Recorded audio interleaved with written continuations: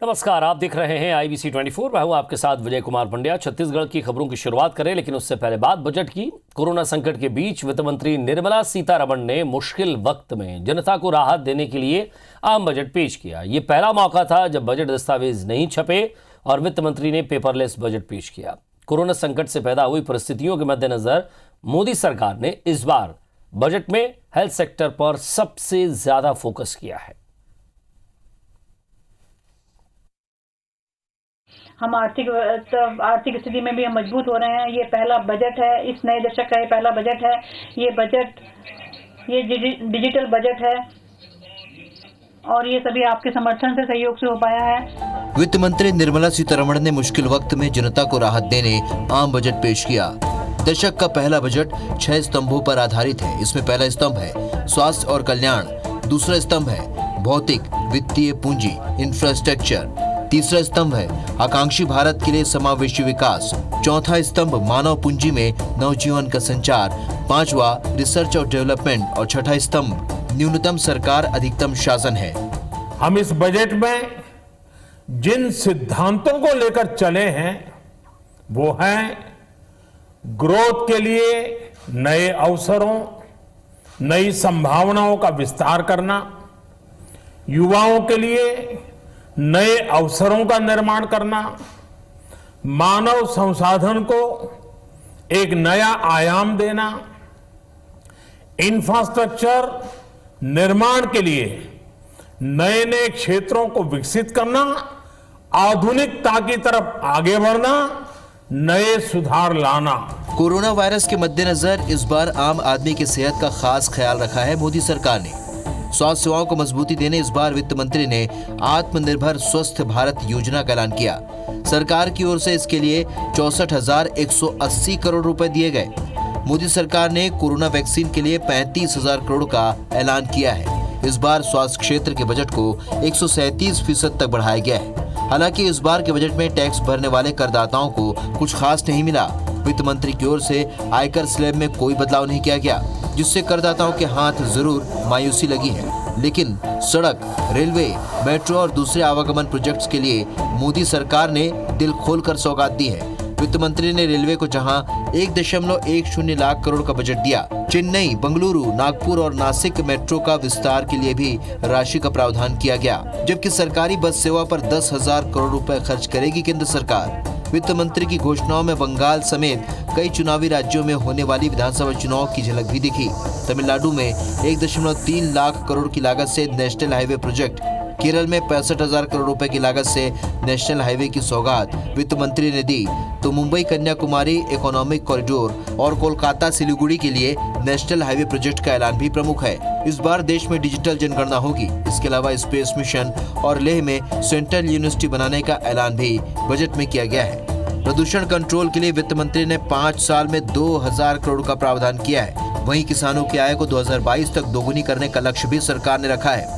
वित्त मंत्री ने अपने भाषण में कहा कि इस बार राजकोषीय घाटा 6.8% रहने का अनुमान है। इसके लिए सरकार को 80,000 करोड़ की जरूरत होगी, जो अगले 2 महीनों में बाजार से लिया जाएगा।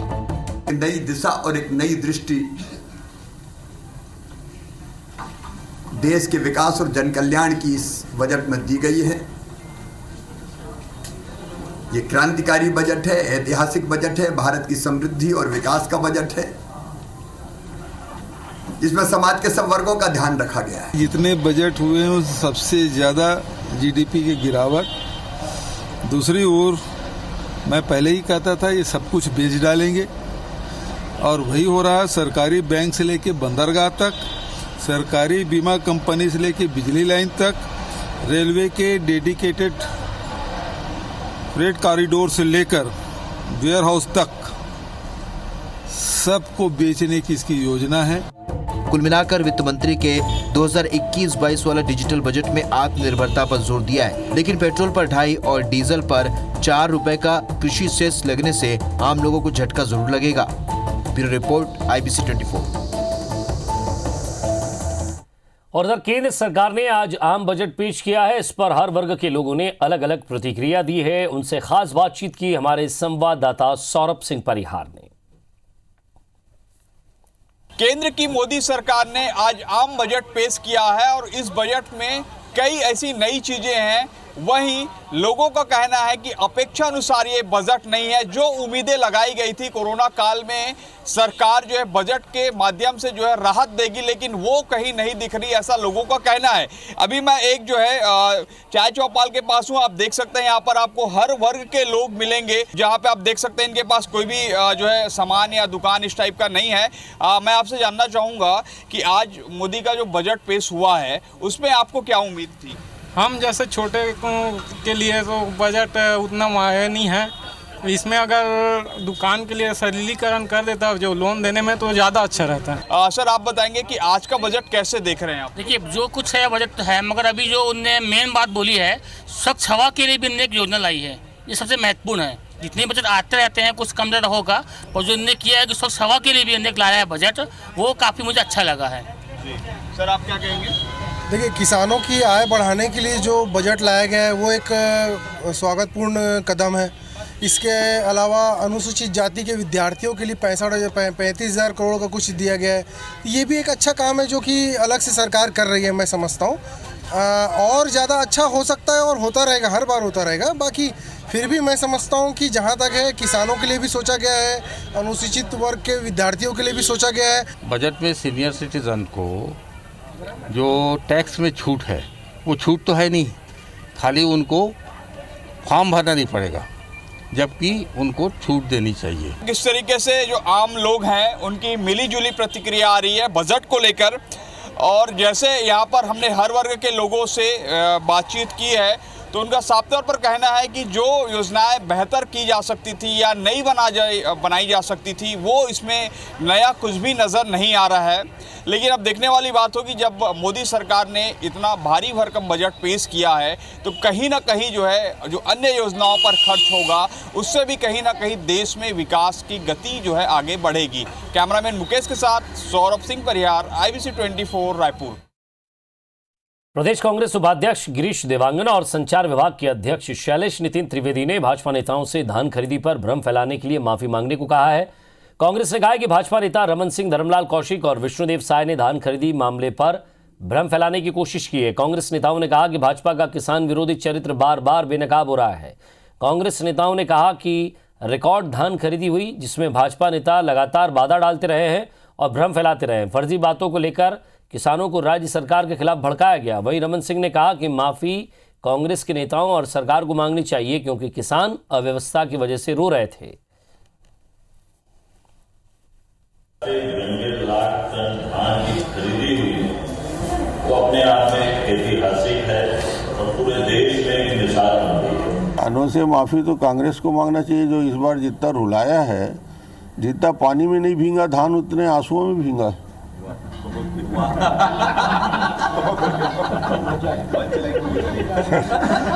एक भी सोसाइटी में खड़ा होकर धान खरीदी के लिए गया है क्या? कांग्रेस वाले अपने रायपुर छोड़ने को तैयार नहीं है।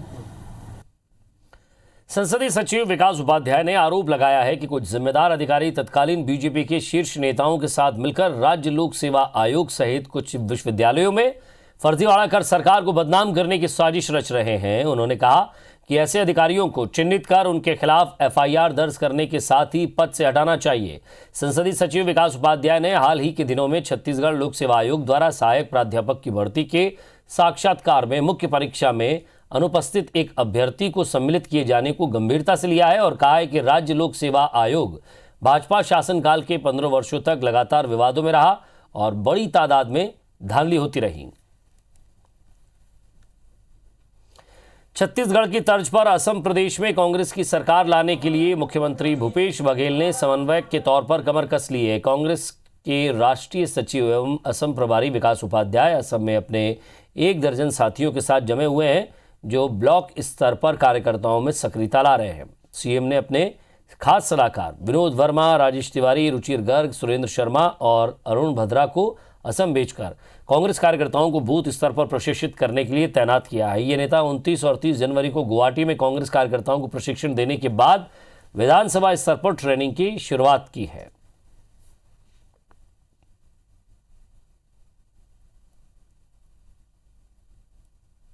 असम प्रदेश में विधानसभा चुनाव को लेकर जिस प्रकार की तैयारियां चालू हो गई, 30-31 2 दिन छत्तीसगढ़ प्रदेश के जो बूथ की ट्रेनिंग देने वाले हमारे सीनियर कांग्रेस के साथी थे, असम के कार्यकर्ताओं को उन्होंने दिया। उसके बाद बूथ की ट्रेनिंग, बूथ प्रशिक्षण का कार्यक्रम की शुरुआत हम लोगों ने की है, जिसमें किस प्रकार से बूथ का हमारा कार्यकर्ता ग्राउंड में जाकर, ग्रास रूट में जाकर, घर घर जाकर किस प्रकार से प्रचार करेगा, बूथ कांग्रेस कमेटी का दायित्व क्या है, उसको करना क्या है। आने वाले दिनों में असम के एक विधानसभा में ये प्रशिक्षण दिया जाएगा।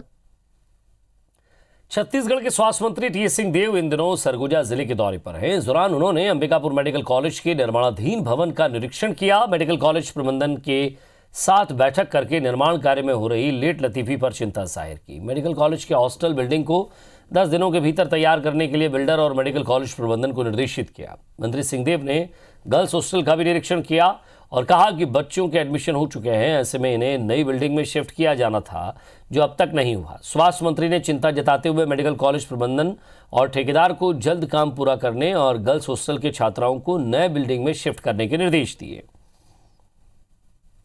मेडिकल कॉलेज में जो निर्माण कार्य चल रहे हैं, नए बच्चे भी आ गए हैं, उनको शिफ्ट करने के लिए जो बिल्डिंग तैयार हो जानी थी वो अभी भी तैयार नहीं हो पाई है। नवंबर के आखिरी तक बताया गया था कि पूरा हो जाएगा, वो आज जनवरी बीतने पर भी नहीं हुआ है, तो वो चिंता की बात है।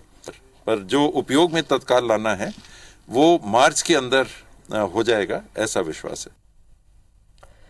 रायगढ़ में निर्माणाधीन बस टर्मिनल को लेकर सियासी घमासान मचा हुआ है। दरअसल नगर निगम सिटी बसों के लिए 49 लाख रुपए की लागत से बस टर्मिनल बनाने जा रहा है, जिसका विधायक प्रकाश नायक ने भूमि पूजन भी कर दिया है। भाजपा का आरोप है कि शहर में सिटी बसों का परिचालन नहीं हो रहा है, ऐसे में टर्मिनल का निर्माण कर नगर निगम पैसों की बर्बादी कर रहा है। भाजपा का आरोप है कि वार्डों के विकास के लिए शहर सरकार फंड की कमी का रोना रो रही है और बेवजह की योजनाओं में अनाप शनाप पैसे खर्च किए जा रहे हैं।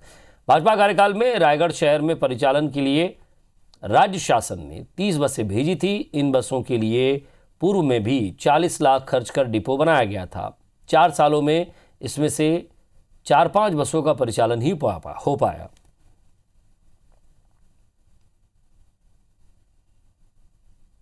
आप बस टर्मिनल कर रहे हैं, लेकिन ऐसा कोई आपके पास ब्लूप्रिंट है या ऐसी कोई कागजी प्लान है आपके पास कि बस कहां से कहां तक चलेगी? एक तो आप कहते हैं कि फंड नहीं है, पैसा नहीं है वार्डों के विकास के लिए, और आप भूमि पूजन पे भूमि पूजन किए पड़े हुए हैं, और ऐसे में करते हैं जब प्रोटोकॉल हर बार ये निभाते नहीं हैं। भले अभी सिटी बस बंद है, लेकिन सिटी बस जो बड़ा जल्द चालू भी होगा, इसकी भी योजना फिर से बनाई जा रही है। और इसमें निगम की संपत्ति यदि मेंटेनेंस न किया जाए तो वो जो बची हुई रहती है संपत्ति वो भी खराब हो जाती है। कोरबा बुधवारी बाजार बाईपास मार्ग पर संचालित एक दुकान को तोड़ने पहुंची राजस्व की टीम की कार्रवाई पर रामपुर विधायक और पूर्व गृह मंत्री ननकीराम कंवर ने सवाल उठाया है। दरअसल कोरबा के खपरा भट्टा के पास की बेशकीमती जमीन पर कब्जा करके रहने वालों को वहां से हटाया जा रहा है। इसी कड़ी में एक दुकान को हटाने के लिए पहले नोटिस दिया गया, फिर नगर निगम का दस्ता वहां कार्रवाई के लिए पहुंचा था। 30 तारीख को आदेश दिया है, 1 तारीख को 31 तारीख को नोटिस जारी करा। ऐसा होता है क्या दुनिया में? इसके आगे आप क्या करेंगे? मैं तो अनिश्चितकालीन भूख हड़ताल में जा रहा हूँ, और नहीं तो तहसीलदार को सस्पेंड करे, यहाँ से ट्रांसफर करे, और उसके बाद में भी यह लिखूंगा भी। रायगढ़ में इस साल से शुरू होने जा रही नंद कुमार पटेल यूनिवर्सिटी शुरू होने से पहले ही विवादों में है। भाजपा नेता ओपी चौधरी ने राज्य सरकार पर इंजीनियरिंग कॉलेज को बंद करने और आधी अधूरी तैयारियों के बीच यूनिवर्सिटी की स्थापना कर वाहवाही लूटने का आरोप लगाया है। चौधरी ने कहा है कि राज्य सरकार अगर यूनिवर्सिटी खोलना चाहती है तो जिले में नया सेटअप तैयार करें, न कि पूर्व में संचालित कॉलेजों को बंद कर इंजीनियरिंग के छात्रों के भविष्य के साथ खिलवाड़ करें। यूनिवर्सिटी खोलने को लेकर पूरी तैयारी हो गई है। यूनिवर्सिटी में कुल सचिव और रजिस्ट्रार की नियुक्तियां हो गई हैं। बिलासपुर यूनिवर्सिटी के अंतर्गत आने वाले रायगढ़ जांजगीर जिले के कॉलेजों को भी नंद कुमार पटेल यूनिवर्सिटी से संबद्ध किया जा रहा है। शासन ने इसके लिए किरोड़ीमल इंजीनियरिंग कॉलेज के भवन को अस्थायी तौर पर चुना है और इस साल के लिए 50 लाख का फंड भी मिला है। रायगढ़ में मैं यूनिवर्सिटी की जब बात सुना तो मुझे बड़ी खुशी हुई थी, लेकिन बड़ा दुर्भाग्यजनक है कि 50 लाख रुपया को लेकर के ये सरकार यूनिवर्सिटी खोलना चाहती है रायगढ़ में, जो कि संभव ही नहीं है। ये कुल मिला के यही नियति बन गया है कांग्रेस का कि ये किसी बने बनाए संस्था का नाम बदल देंगे। धन्यवाद देना चाहिए चौधरी जी को कि रायगढ़ जिले में यूनिवर्सिटी खुल रही है हमारे स्वर्गीय शहीद नंदकुमार पटेल जी के नाम से। आज शुरुआत हुई है। रही बात केआरटी कॉलेज की, केआरटी कॉलेज कोई बंद नहीं हो रहा है। और रही बात पैसे की, तो पैसे की कोई कमी है नहीं। अवैध प्लॉटिंग पर शिकंजा कसने के बाद अब टैक्स जमा नहीं करने वाले शहर के रसूखदार निगम के निशाने पर हैं। बिल और डिमांड नोटिस के बाद भी टैक्स नहीं जमा करने पर निगम ने 50 से ज़्यादा बड़े और रसूखदार करदाताओं को लास्ट अल्टीमेटम देते हुए कुर्की कार्रवाई की चेतावनी दी है। इन पर निगम का करीब 5 करोड़ रुपए से अधिक का टैक्स बकाया है।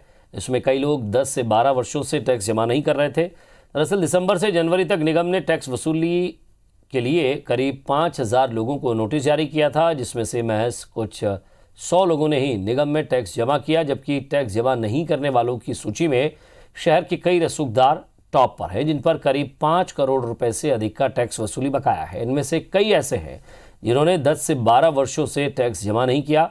बड़े करदाताओं में मॉल, होटल, स्कूल, फैक्ट्री सहित अन्य व्यवसाय से जुड़े करदाता शामिल हैं। 46 लोग ऐसे हैं जो कि बड़े बकायेदार हैं, जिनको हमने चिन्हांकित किया है और उनको भी नोटिस जारी हो चुका है। टाइम पीरियड लगभग अगले वीक तक कंप्लीट हो जाएगा और उस पीरियड में अगर नहीं जमा करते हैं तो उनके खिलाफ हमें कुर्की करने का अधिकार है और कुर्की करने की कार्रवाई की जाएगी। और साइबर ठगी के आरोपी को पुलिस ने गिरफ्तार किया है। आरोपी को दिल्ली से गिरफ्तार कर ट्रांजिट रिमांड पर रायपुर लाया गया है। ठगी की शिकार हुई महिला ने बताया कि कुछ महीने पहले उसे डॉक्टर रोनाल्ड क्रिस्टोफर नाम के व्यक्ति का फ्रेंड रिक्वेस्ट उसे मिली, जिसे एक्सेप्ट करने के बाद महिला ने उससे बातचीत की। बातचीत के दौरान उसे महिला का फ़ोन नंबर लिया और बताया कि वो एक डॉक्टर है और कुछ गिफ्ट भेज रहा है। थोड़े दिन बाद बताया कि दिल्ली एयरपोर्ट पर कस्टम ऑफिसर को पार्सल छुड़ाने के लिए कुछ पैसे देने होंगे। उसने अलग अलग अकाउंट में महिला से लगभग 5 लाख रुपए जमा करा लिए। जब महिला को पैसे देने के बाद भी पार्सल नहीं मिला और आरोपी का मोबाइल स्विच ऑफ आने लगा तो उसने इसकी शिकायत राजेंद्र नगर थाने में की। पुलिस टीम ने दिल्ली जाकर उसे गिरफ्तार किया।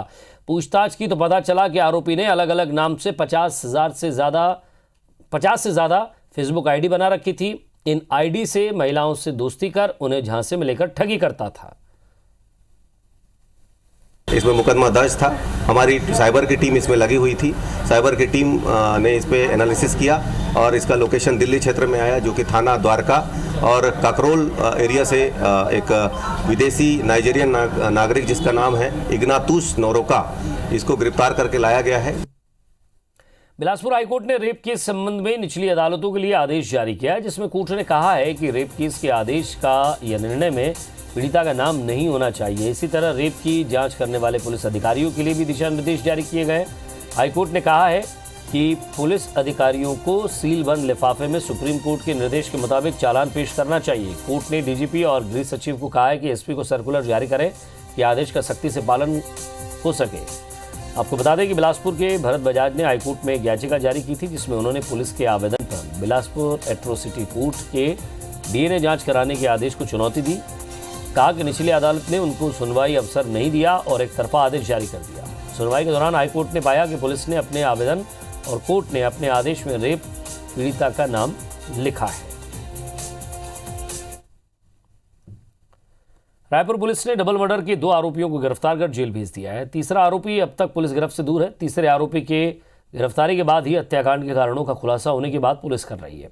आपको बता दें कि शनिवार की रात को खमारेडी थाना क्षेत्र में घर में मां और बेटी की लाश मिली थी। इसी घर में मौजूद डॉक्टर आनंद राय और दीपक सायतोड़े को पुलिस ने हिरासत में लेकर पूछताछ की है। पैसे की मांग के लिए वो उस दिन आए हुए थे और कुछ दस्तावेज के लिए आए हुए थे। वो नहीं मिलने पर और उसने मना करने पर वहीं पर मौके पर ही खींचकर उनका मर्डर कर दिया गया था। फेंकने का जो घटना था उसको अंजाम नहीं दे पाए। इस प्रकार से अभी 2 आरोपियों को गिरफ्तार किया गया है। तीसरा आरोपी अजय राय ये फरार है, इसकी पतासाजी की जा रही है। और इसी के साथ फिलहाल इस बुलेटिन में इतना ही। नमस्कार।